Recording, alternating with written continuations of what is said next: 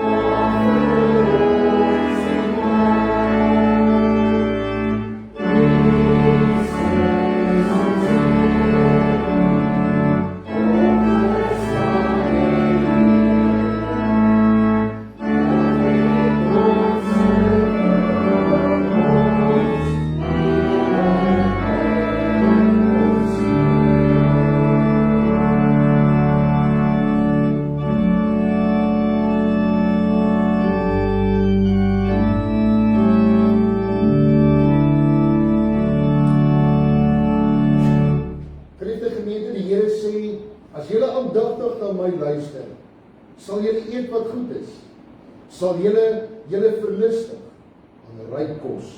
Geliefde broers en susters, die genade van ons God en Hemelvader en van sy Seun Jesus Christus sal met elkeen wees. Amen.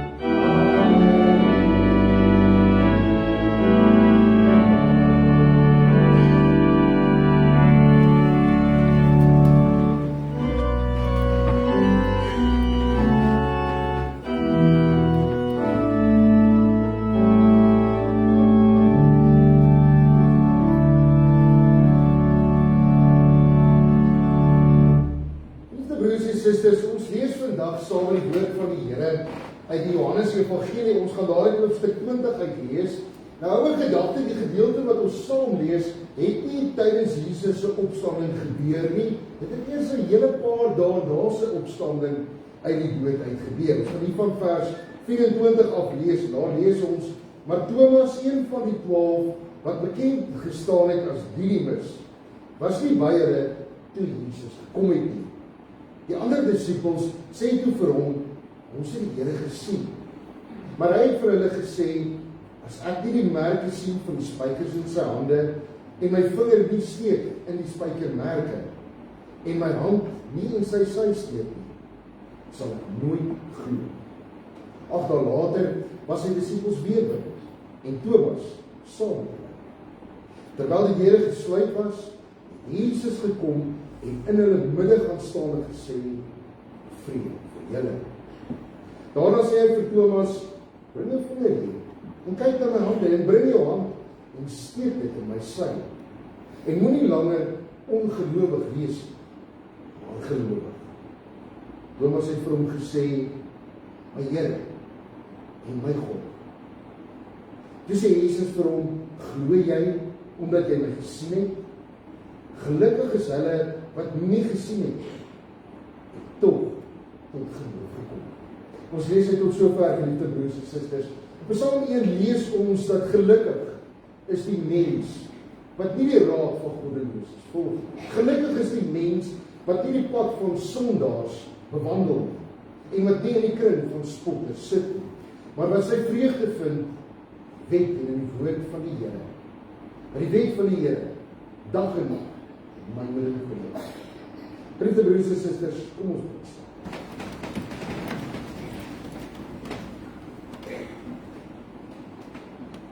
Here Jesus, ons God, ons verlosser, Here. Dit is 'n teenwoordigheid dat ons vandag as 'n geloofsgemeenskap in die huis bymekaar kom. Om op hierdie Paasondag saam te kom dankbaar wees. Dankbaar, Here, versekerlik die grootste gawe en die grootste genade denkbaar aan ons swak, sondaar nietige mense. Dankie, Here, dat U verby ons foute kyk, dat U verby ons tekortkominge kyk, dat U verby ons belangrike behoeftes kyk, en dat U ons ellende en ons hartseer en selfs ons verlies raak sien. Dankie, Here, dat ons op Paasnaweek opnuut weer kan besef, Here, dat geen uitdaging is ooit te groot, selfs nie eers die kruis. Here, maar selfs daar waar U vasgevang was in die dood, waarin ons as mense niks kan doen nie, was U groot, was U sterk, bly U die almagtige God, en oorwin vir ons die dood, en daar is opgestaan. Dankie, Here, dat ons weet, dat ons daar die troos vandag in ons het, dat selfs wanneer ons eie lewens hier op aarde tot 'n einde kom, dit nie vir ons die finale einde is, maar dat U vir ons die weg gebaan het na 'n heerlike ewige lewe saam met U. Here, ons kom bid vandag, hierdie Paasondag, dat U deur die Gees in ons harte, en in ons lewens sal werk, om nie net vandag na U woord te luister nie, maar dit ook in te neem, dit te verstaan, Here, en dit dan ook elke dag in ons lewens van toepassing te gaan maak. Ons kom vandag na U toe, Here, ook maar as mense wat in 'n gebroke wêreld leef. U weet, Here, dat ons met bepaalde uitdagings in die gesig staar met 'n brandstofprys wat skielik in die dak spring. Ons weet, Here, dat die nagedraai daarvan gaan wees, dat alles waarvan ons elke dag afhanklik is, duurder kan wees. Hoeveel van ons leef nie reeds met daardie bekommernis, hoe ons die punte bymekaar gaan bring in ons eie huishoudings. Here, maak dit rustig vandag, hierdie Paasondag binne in ons. Here, U het die dood oorwin. U sal self die uitdagings wat ons elke dag in die gesig staan, ook oorwin. U sal vir ons voorsien, soos U nog altyd het. U sal die lewenspad saam met ons stap, en ons elke dag beskerm in die gevaarlike wêreld waarin ons leef. Here, hier vir 'n oomblik, kom ons in die huis saam. Hoor tog ons lofliedere. Hoor tog ons prysing U groot, U heilige naam, omdat U die opgestaane verreëse Here is. Laat ons elke dag ons oog op U hou. Dit bid ons in die naam van Jesus Christus, Hy wat vir ons die weg gebaan het, Hom wat ons voor oë het as die wenster. Dis Hy na wie ons uitstaan, terug te keer na ons. Amen. Vriendes in ons Here Jesus Christus, Woensdag sien ek 'n vierkantige aand. En hy sal baie van die sê, ja, jy weet natuurlik Woensdag was die 1 April, en hulle noem dit mos in Engels April's Fool Day. So iemand het vir jou 'n prentjie gewys, iemand het vir jou 'n storieetjie vertel, en jy het dit geglo. Daar is iets as 'n vierkantige appel. As ek vir hierdie prentjie wys vanoggend op die bord, dan sal jy sien, dis 'n appel. Hoe weet ons dis 'n appel? Hy het nie kleur daai prentjie nie. Daar's nie opskrif wat sê dis 'n appel nie. 'n Appel het 'n unieke vorm. 'n Appel is nie rond nie, maar is ook nie heeltemal vol, maar is definitief nie vierkantig. Daar bestaan nie so iets soos 'n vierkantige appel. Maar die sinkreefte broers en susters, ek het Woensdag 'n vierkantige appel gesien. En ek was vandag vir 'n vierkantige appel, as ek kyk na hierdie prentjie. In Japan het 'n verpakkingsmaatskappy tot die besef gekom dat hulle mors ongelooflik baie verpakkingsmateriaal met die verpakking van appels. En daarom het hulle besluit om vierkantige appels te kweek. En 5 vierkantige appels pas meer in dieselfde boks in as die gewone tradisionele ronde of appelvormige appel. Onmiddellik het hulle 'n geweldige ekonomiese kosteberekening en besparing gehad deur gewoon net dit wat ons ken, bietjie te verander. En dit vierkantig te maak. Daardie appel proe nog steeds net soos 'n appel. Hy klink nog steeds soos 'n appel as jy hom byt. Hy het dieselfde voedingswaarde nog steeds wat 'n tradisionele appel het. Hy is net vierkantig. En nou is dit so, toe ek begin het met die preek, en gesê het, ek het hierdie week 'n vierkantige appel gesien. Weet ek nou al, is daar 'n hele paar van die wat gesê, die gesit het en gedink het, ja, vierkantige appel. Jy is verkeerd op 'n stoel weer 'n vierkantige appel.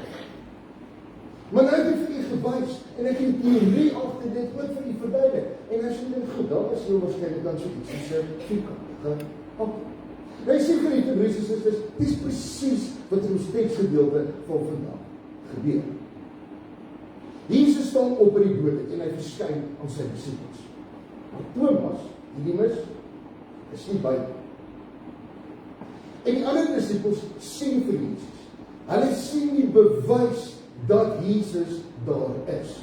Hulle glo, hy het uit die dood uit opgestaan, want hy het die bewys daarvoor gekry. Maar nou sê hulle dit vir Thomas, en Thomas sê, nee. Selfs die aksies wat ons sê, nee, kan nie wees. Kan nie gebeur dat jy die dood uit opstaan. Maar dan lees ons hierso, 8 dae later, dan verskyn Jesus weer aan sy disippels, en dan is Thomas by. En Thomas sien. Hy hoor die theorie, hy sien die bewyse daarvoor, en nou kom hy tot geloof dat Jesus het wel uit die dood opgestaan. Thomas het eintlik nie ander keuse as om te glo dat Jesus leef, dat Jesus nie meer in die dood is nie, omdat die bewyse en die theorie alreeds was. Maar geliefde broers en susters, die postmoderne wêreld waarin u en ek vandag leef, is eintlik 'n wonderlike wêreld. Kom ons dink net vir 'n oomblik self daaraan.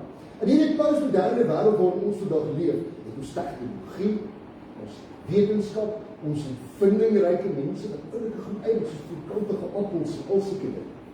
Dis 'n wonderlike wêreld waarin ons leef.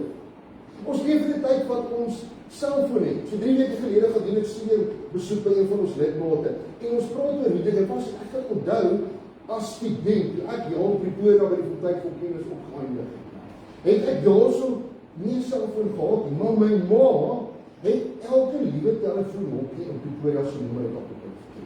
Al wat hy gedoen het, maak 'n konnekteur oproep huis toe sê vir ma, ek is nou hierso en dan druk sy nou 1 2 wat ook al daar volg. Sy ken al die nommers uit haar kop. Maar ek kan nie onthou wanneer die laaste keer 'n telefoonhokkie gesien het. Ek weet nie eens of daar op sulke goed soos telefoonhokkies is nie. Want vandag het ons selfoon. Vandag kan jy enige plek wees en mense kan jou in jou hande kry. Of as jy met iemand wil praat, vat jy jou selfoon en jy bel hulle. Dis eintlik 'n wonderlike wêreld waarin ons leef met die tegnologie van selfoon. Karre presies dieselfde. Ek onthou as my heel eerste karretjie was 'n 1989 model Volkswagen City Golf. Hy was so geel soos my tas.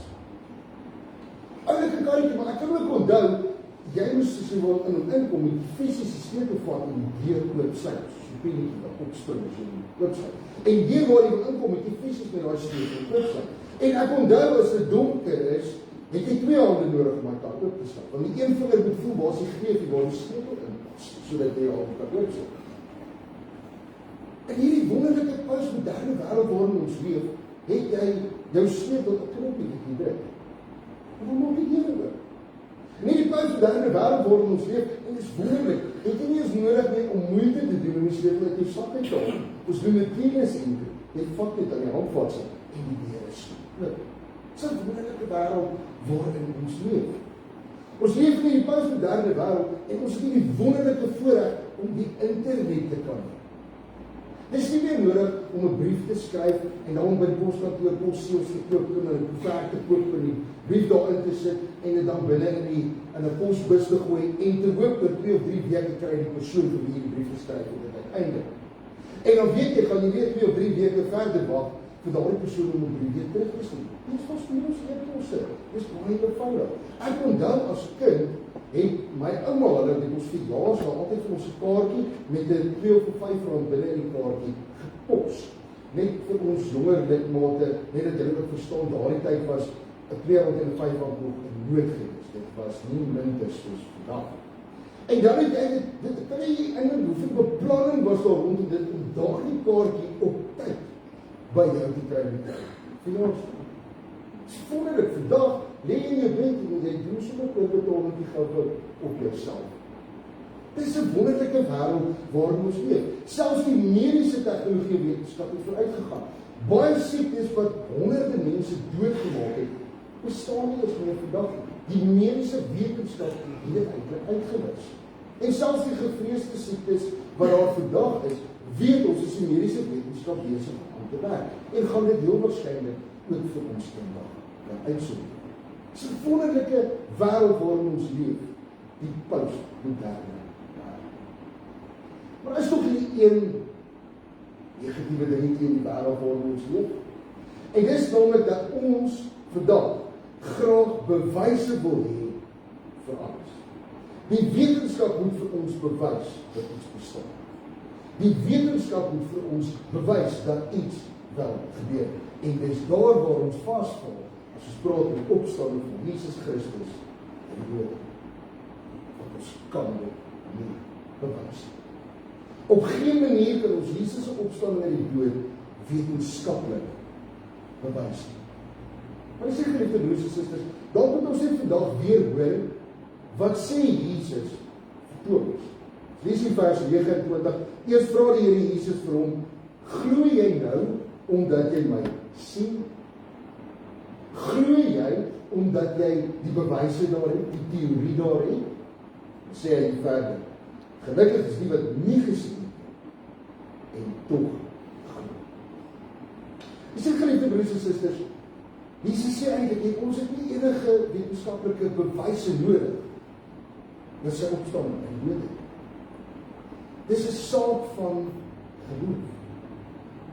Jesus maak sy opstanding uit die dood 'n hele saak van geloof. Of jy glo dit nie.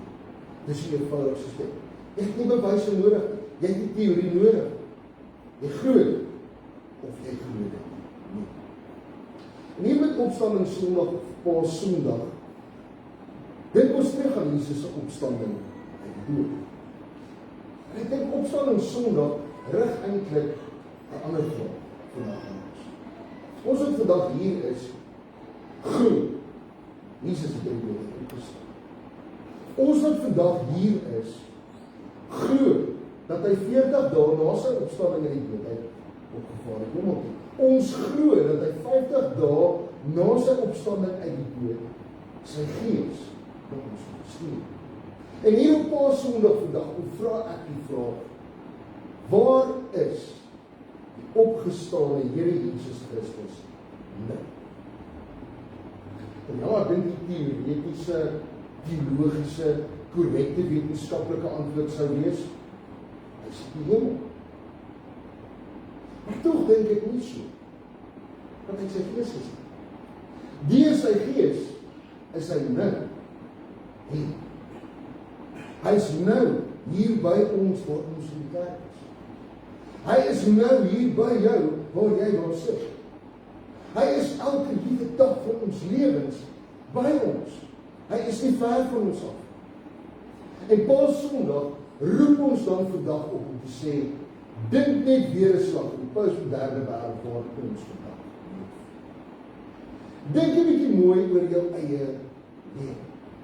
Elke dag leef ons teenwoordigheid van God. Leef ons in die teenwoordigheid van opgestane Here Jesus Christus. Dink weer voor jy iets sê. Dink voor wie sê jy? Dink weer voor jy iets doen. Dink voor wie doen jy? Lieve broers en susters, Here Jesus Christus, die opgestane Here, sy skaduwee vir elke dag, elke week. So naby staan hy aan ons. En in hierdie wonderlike postmoderne wêreld waarin ons leef, is dit sekerlik die wonderlikste van dit alles.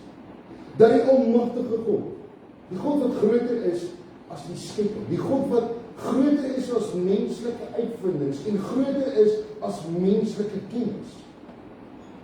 Daardie God wat selfs groter en sterker is as die doel, waarin ons as mense tot vandag toe nog niks kan doen en waarvoor ons nog nie antwoord het.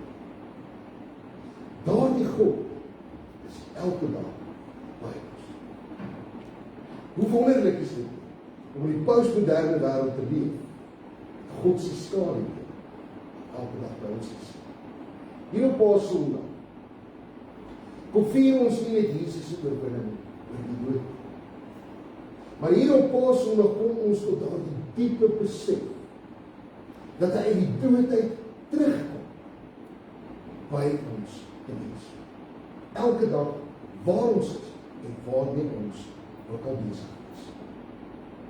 Kom ons dink weer wat ons geloof in Jesus Christus werklik vir ons beteken. En kom ons gaan leef met daardie selfde wete, die woordigheid van God. Kom ons asem elke dag God se teenwoordigheid in ons lewens in. Kom ons verwelkom die Here in vandag in ons lewens. Woorde van Thomas. My Here en my God. Amen. Geliefde broers en susters, as 'n slotsaamlik is 'n gebed, sing ons lied 286. Ek het in die prediking ook daarna verwys dat ons elke dag in God se teenwoordigheid lewe. Dat sy skadu weer elke dag oor ons val. Kom ons sing dan in hierdie gebed ook van hierdie teenwoordigheid van God in ons lewens. 286 die eerste vers.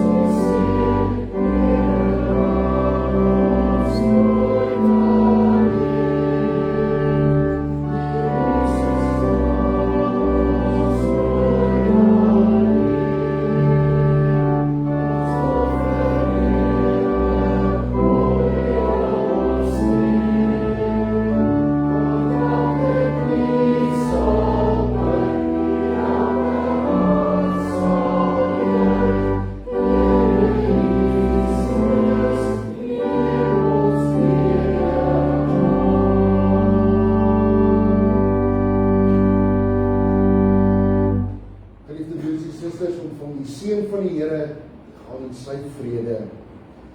Die Here sal u seën en u beskerm. Die Here sal sy aangesig oor u laat skyn en u genadig wees. Die Here sal sy aangesig na u oplig en u vrede gee. Amen.